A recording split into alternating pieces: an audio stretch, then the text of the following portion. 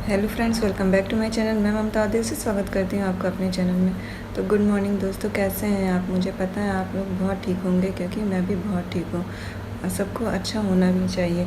तो मेरी सुबह की शुरुआत हो रही है ये गेट खोल के सामने पानी डालने से, क्योंकि मेरे यहाँ सुबह गेट खोल के ये दरवाजे पे पानी डालने का एक नियम बन गया है। तो कोई भी डाल देता है, मैं डाल दूँ, चाहे जो गेट खोलता है वही। वैसे तो अक्सर मेरे हस्बैंड ही गेट खोलते हैं, तो इसलिए वही पानी डालते हैं। फिर मैं आ गई छत पे। अभी सुबह के 5:15 बज रहे हैं, मगर देखिए अभी सूरज भगवान निकले नहीं।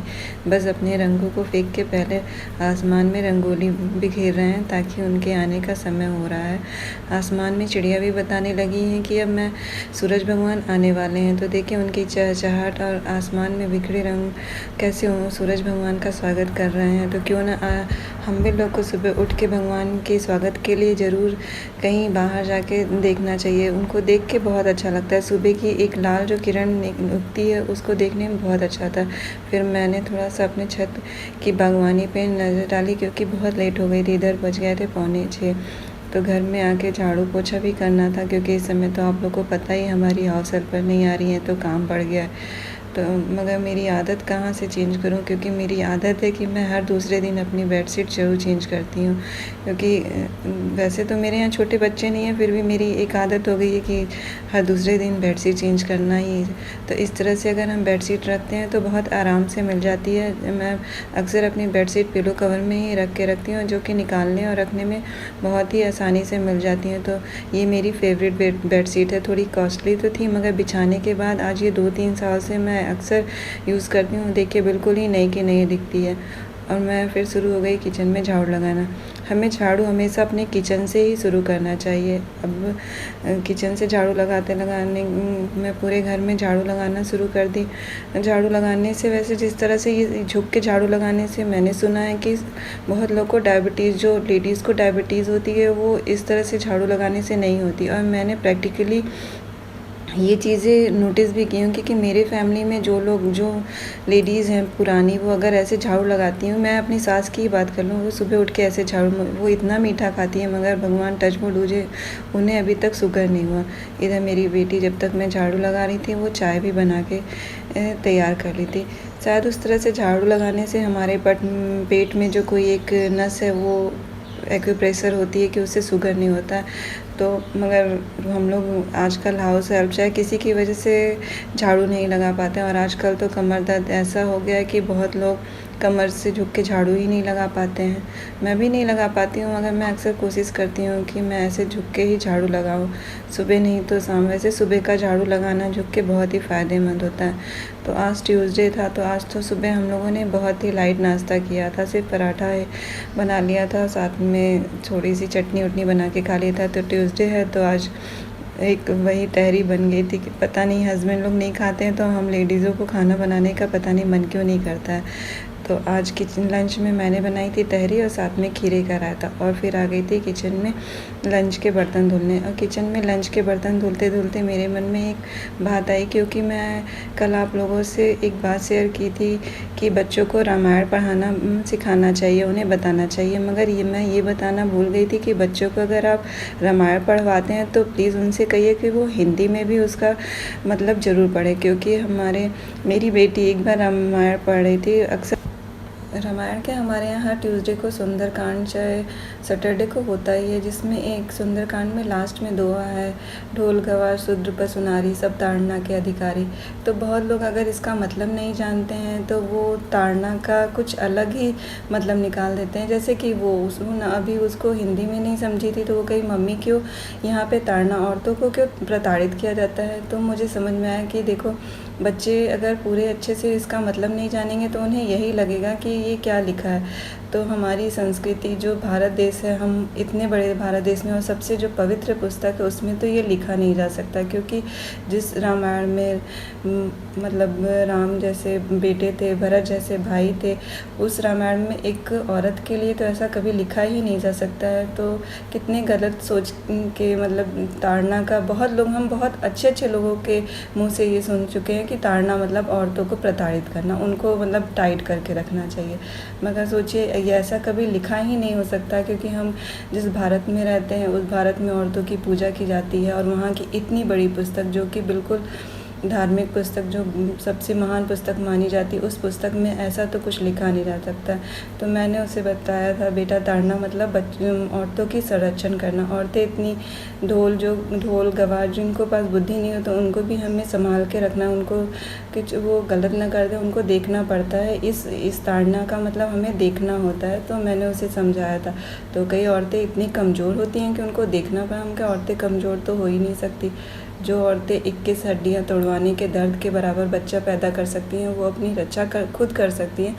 मगर एक होता है ना कि अगर इस भारत में राम है तो रावण भी है, तो रावण से रक्षा करने के लिए यहाँ राम जैसे लोगों को कहा गया कि आप अपनी औरतों को, अपनी बेटियों को, आप उनको रक्षा करें। अगर आप राम हैं तो आपको अपनी बेटियों की रक्षा करनी चाहिए, अपनी बीवियों की रक्षा करनी चाहिए, उन्हें देखना चाहिए, उनको संभालना चाहिए। यहाँ पे ताड़ने का मतलब प्रताड़ित करना तो कभी नहीं हो सकता है। तो ये सब बातें अपने बच्चों को सिखानी चाहिए। तो मैं तो अपनी बेटियों को ये सिखाती हूँ। और मैं एक नॉर्मल सी हाउसवाइफ हूँ, तो मगर मैं 1-2 बेटियों की माँ हूँ। तो मुझे लगता है अगर मैं अपनी बेटियों को मेरे हस्बैंड तो बहुत अच्छे हैं, वो मेरी बहुत इज़्ज़त करते हैं। मगर मैं चाहती हूँ जो मेरी बेटियों के आगे चल के शादी हो, तो उनके जो हस्बैंड मिले, जो उनका जीवन साथी हो, वो उन्हें ये पता रहे कि यहाँ औरतों की इज़्ज़त करना बताया गया है, प्रताड़ित करना नहीं बताया गया है। तो जो हम अगर माँ अपनी बेटियों को ये सिखाती है, तो जिन माँओं को बेटे हैं वो अपने बेटों को ये ज़रूर सिखाएं कि औरतों की इज़्ज़त ज़रूर करनी चाहिए। एक हाउसवाइफ होने के नाते मैं 2 बेटियों की माँ हूँ, तो मुझे इस बात की बहुत चिंता रहती है कि मेरे बेटियों को एक राम जैसा पति मिले, जो मेरी बेटियों की इज़्ज़त करे, जो उनके ताड़े न प्रताड़ित न करे, उनकी रक्षा करे। वैसे आजकल के बच्चे तो बहुत समझदार होते हैं, वो पढ़े लिखे और इस ज़माने के हैं, तो उन्हें औरतों की इज़्ज़त करना आती हैं। कुछ ही बुद्धिजीवी हैं जिन्हें आधे अधूरे ज्ञान हो के वो अपने भारत में रह के और भारत की रामायण जैसे पुस्तक का बदनाम करे बैठे हैं। तो आज का लेक्चर बहुत हो गया, आप भी सोच रहे होंगे मैं क्या बात कर ली, मगर एक मेरे मन में बात आई तो मैं सोची क्यों ना आप लोगों से शेयर किया जाए। तो मेरे हस्बैंड आ गए थे और वो ले आए थे ये खरबूजा। तो खरबूजा खाने में भी उतना टेस्टी, बहुत टाइट आ रहा था। तो मैंने सोचा क्यों ना आज इसका मिल्क शेक बनाया जाए। और खरबूजे का मिल्क शेक बहुत ही ईज़ी होता है, बहुत ही रिफ़्रेशिंग होता है। तो मैंने खरबूजे को छोटे छोटे पीसेस में काट लिया, फिर उसमें चीनी मिला के पीस लिया और फिर उसमें थोड़ा सा दूध डाल दिया। तो इधर तैयार हो गया हम लोग का खरबूजे का मिल्क शेक। मगर इनका व्रत था मेरे हस्बैंड का, तो वो तो आइसक्रीम नहीं लेंगे, मगर हम लोग इसके ऊपर वनीला आइसक्रीम डालेंगे। इससे ये मिल्क शेक बहुत ही टेस्टी हो गया था।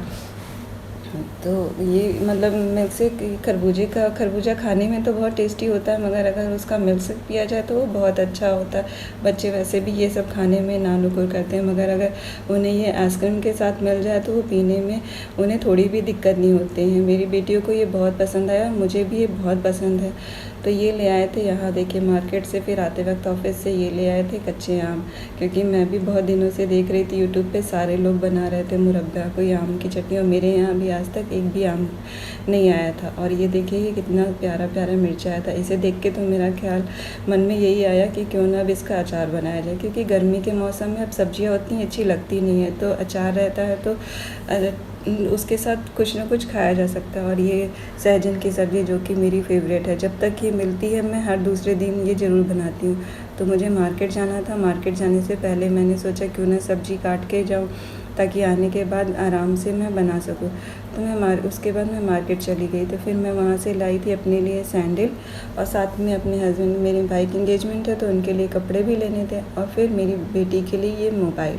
उसकी मोबाइल 2-3 महीने से टूट गई थी, तो वो कह तो नहीं रही थी, मगर उसको मोबाइल चाहिए था, क्योंकि फूटी हुई स्क्रीन लेके नहीं रखना चाहिए, वो हमारे वास्तु के हिसाब से नहीं सही होता है। वो इस वजह से मेरे पास अभी इतना बजट नहीं था कि मैं मोबाइल ला सकूँ, मगर जब बजट हुआ तो मैं उसके लिए मोबाइल लाऊँ। और लड़कियां तो आप जानते हैं कितनी सीधी होती हैं, वो कभी जिद नहीं करती किसी के लिए, वो भी नहीं कर रही थी, मगर मैं उसकी टूटी हुई स्क्रीन देख के यही लगता था कि कब मैं उसके लिए मोबाइल लाऊँ। तो वो तो बोली थी कि कोई नॉर्मल सी मोबाइल ला दीजिए 4G वाली, मगर इस समय 5G का ज़माना आ गया है, तो पहले से ही लेके रखो, क्योंकि कब 5G की सिम आने लगे पता नहीं।